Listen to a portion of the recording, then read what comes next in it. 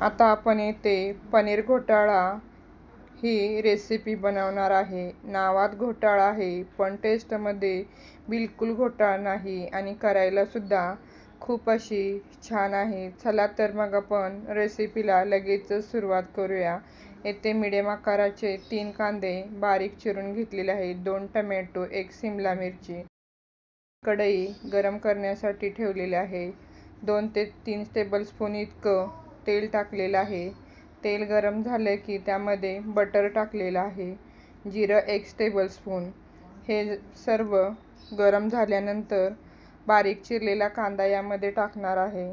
कांदा लवकर भाजण्यासाठी चिमटभर इतकं मीठ टाकलेलं आहे, 1 टेबलस्पून अद्रक लसूणची पेस्ट टाकून हे सर्व मिक्स करून घेणार आहे। आता यामध्ये बारीक चिरलेली 1 शिमला मिरची आपण टाकलेली आहे।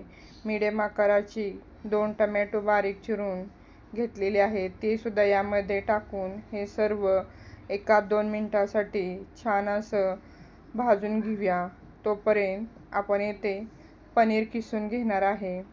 येथे तुम्हाला जास्त कमी कसं आवडेल तितकं पनीर किसून घ्यायचं आहे। पनीर किसून झालेलं आहे तोपर्यंत कांदासुद्धा येथे आपला भाजून झालेला आहे। छान असं पनीर किसून झालेलं आहे। त्यामध्ये आता कांद्यामध्ये आपण हळद टाकणार आहे।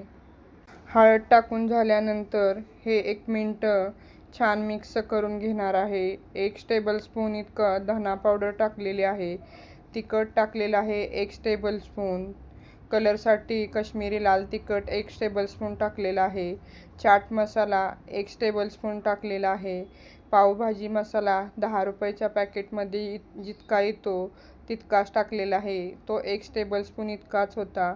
सुरुवातीला थोडं मीठ टाकलेलं आहे, अजून यामध्ये थोडं मीठ टाकून हे सर्व मिक्स करून तेल सुटेपर्यंत भाजून घेतलेलं आहे।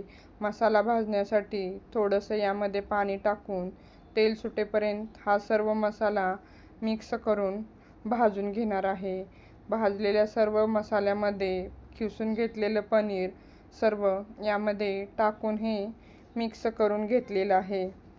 हे पनीर बनवणे अगदी सहज आणि सोपे, मोजून 10 मिनिटात हे पनीर तयार होतं। घरच्या साहित्यात, बेसिक साहित्यामध्ये हे पनीर तयार होतं। येथे मी गरम पाणी थोडंसं टाकलेलं आहे, जास्तही टाकायचं नाही। धुण्यासाठी पाणी जास्त लागत नाही, त्यामुळे येथे मी थोड्याच पाण्याचा वापर केला आहे आणि गरम पाणी टाकल्यामुळे कलरसुद्धा खूप छान असा आलेला आहे।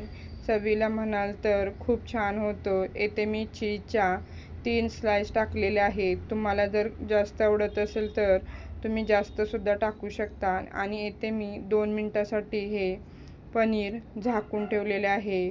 वरून कस्तुरी मेथी थोडीशी टाकलेली आहे आणि हे सर्व मिनिटासाठी हे आपण झाकून ठेवणार आहे आणि आपलं पनीर घोटाळा येथे झटपट इन्स्टंट तयार झालेलं आहे। तुम्हाला जर माझी रेसिपी आवडली असेल तर लाईक करा, शेअर करा आणि नवीन असेल तर चॅनेलवरती सबस्क्राईब करा।